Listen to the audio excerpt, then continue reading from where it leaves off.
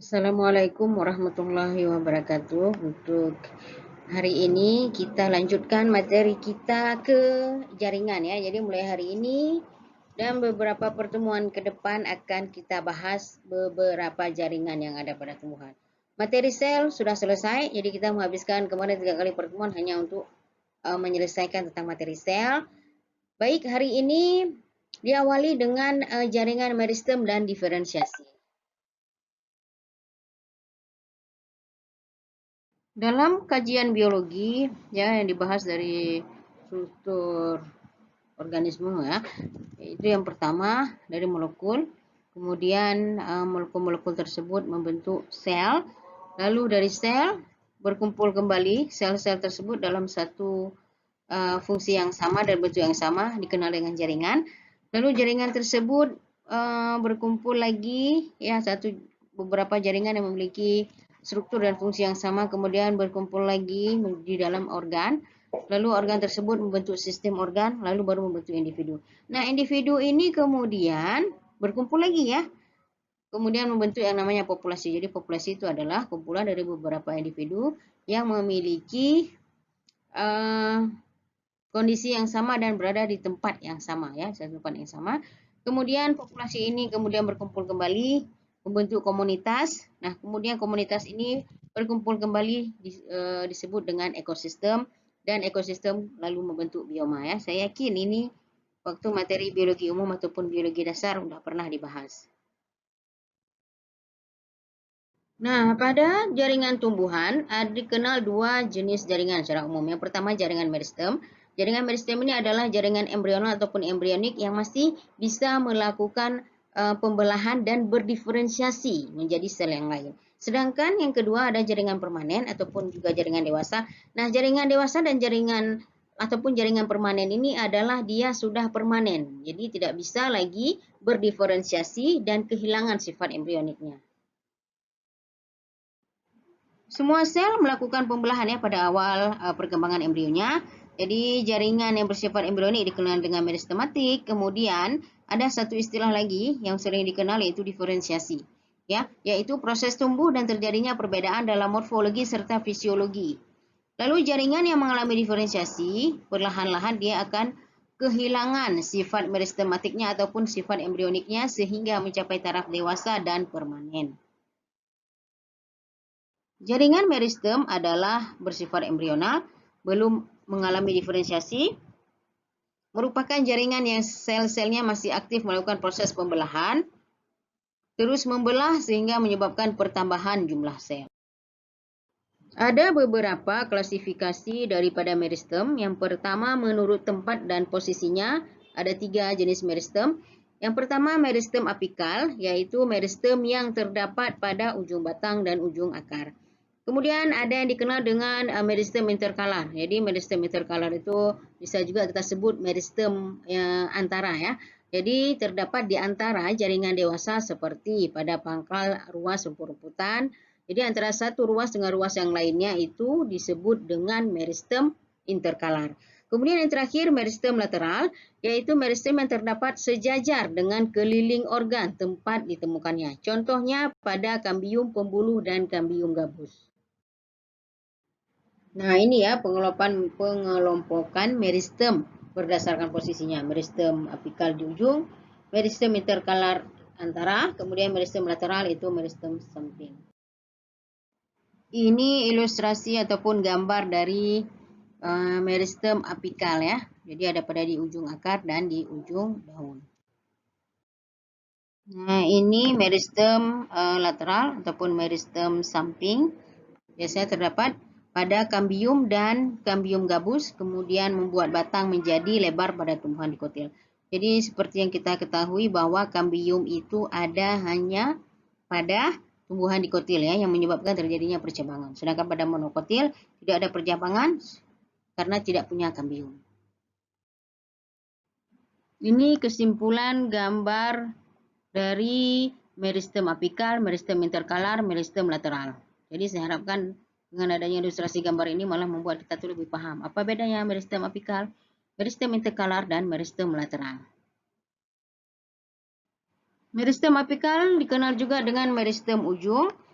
terdapat di ujung akar, batang, dan juga bagian pucuk ya, dikenal dengan meristem apikal.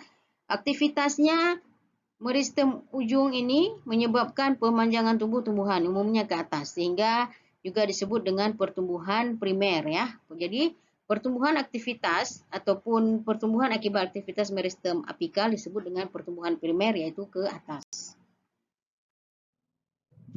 Meristem interkalar disebut juga dengan meristem antara ataupun meristem aksilar ya. Terdapat di antara jaringan dewasa pada bagian dasar batang, letaknya pada pangkal buku dan pada pelepah daun, ditemukan pada tumbuhan yang memiliki batang beruas.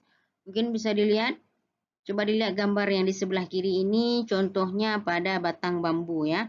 Jadi panah-panah yang ada di antara buku-buku ataupun ruas batang itulah letaknya meristem interkalar. Meristem lateral disebut juga dengan meristem samping, contohnya kambium dan kambium gabus, terletak memanjang sejajar pada permukaan batang dan akar. Aktivitas daripada meristem lateral ini dia menyebabkan batang dan akar bertambah besar. Ini ilustrasi daripada letak pertumbuhan daripada meristem lateral ya. Jadi pada efeknya pada tumbuhan batang itu seperti apa, kemudian pada akar juga seperti apa. Jadi dengan adanya kambium menyebabkan tumbuhan itu kan punya cabang ya, artinya perlebarannya itu ke samping. Nah, kalau ini juga disebut dengan pertumbuhan secara sekunder. Sedangkan berdasarkan asalnya ataupun menurut asalnya ada dua jenis meristem. Yang pertama meristem primer, yaitu meristem yang berkembang langsung daripada sel embrionik, berkesinambungan dengan kegiatan embrio tersebut, lalu dia juga tersusun daripada sel-sel yang masih aktif melakukan proses pembelahan, posisinya ada pada ujung batang dan ujung akar. Jadi kalau dia daripada posisinya pada ujung akar dan ujung batang, dia meristem primer itu juga meristem apa tadi? Meristem apikal ya.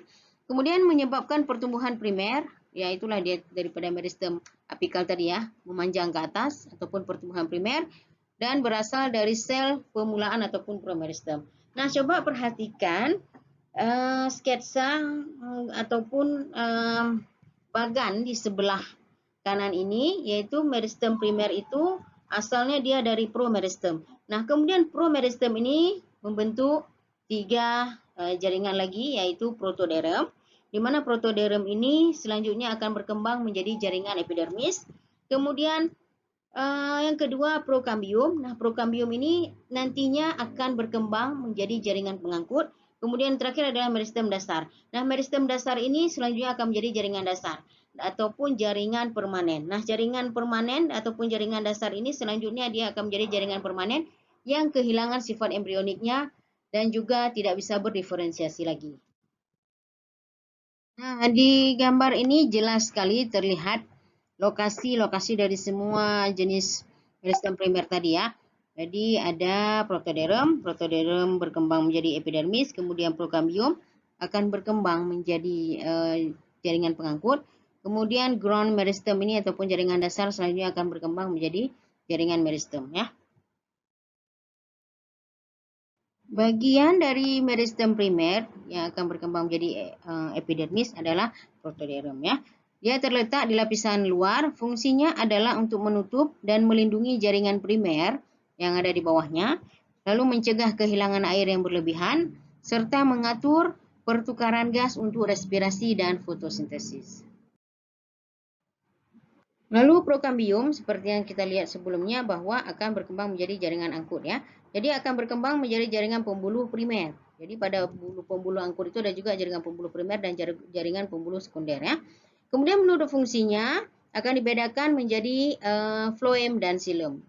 Floem dan xilem punya fungsi yang berbeda, di mana kalau floem mengangkut hasil asimilasi ataupun fotosintat dari hasil fotosintesis ke seluruh tubuh, sedangkan xilem yang diangkut hanya air saja ya, ke bagian seluruh tubuh juga. Sedangkan pada meristem dasar ini selanjutnya akan membentuk jaringan dasar. Ya, di mana lokasi jaringan dasar ini kalau ada yang sebagian ada di korteks. Nah, lokasi korteks ini ada di bawah epidermis.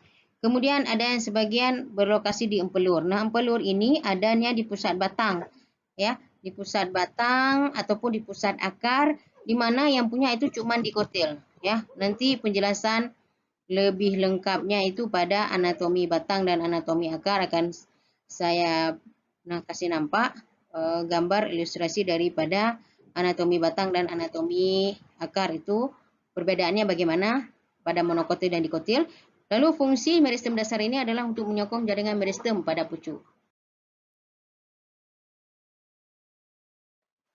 Nah, pada gambar ini selanjutnya yang kedua, macam-macam meristem berdasarkan asalnya. Yang pertama tadi meristem primer, yang kedua adalah meristem sekunder.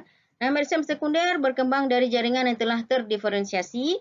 Contohnya cambium gabus yang berkembang dari sel parenkim ataupun kolenkim yang sudah berdiferensiasi. Kemudian berasal juga dari meristem primer. Meristem sekunder, ciri khasnya itu ada cambium, di mana aktivitasnya tampak dari adanya pertumbuhan sekunder ataupun pertumbuhan ke samping, ya, di mana menebal, melebar, membesar, dan selanjutnya. Dan pertumbuhan ini berlangsung pada cambium dan cambium gabus. Fungsinya adalah untuk pertumbuhan sekunder. Nah, cambium itu sendiri merupakan lapisan sel-sel yang aktif membelah di antara pembuluh angkut, xilem dan floem. Ditemukan pada batang maupun akar dikotil dan gimnospermae. Lalu aktivitas cambium menyebabkan pertumbuhan sekunder sehingga batang tumbuh menjadi besar.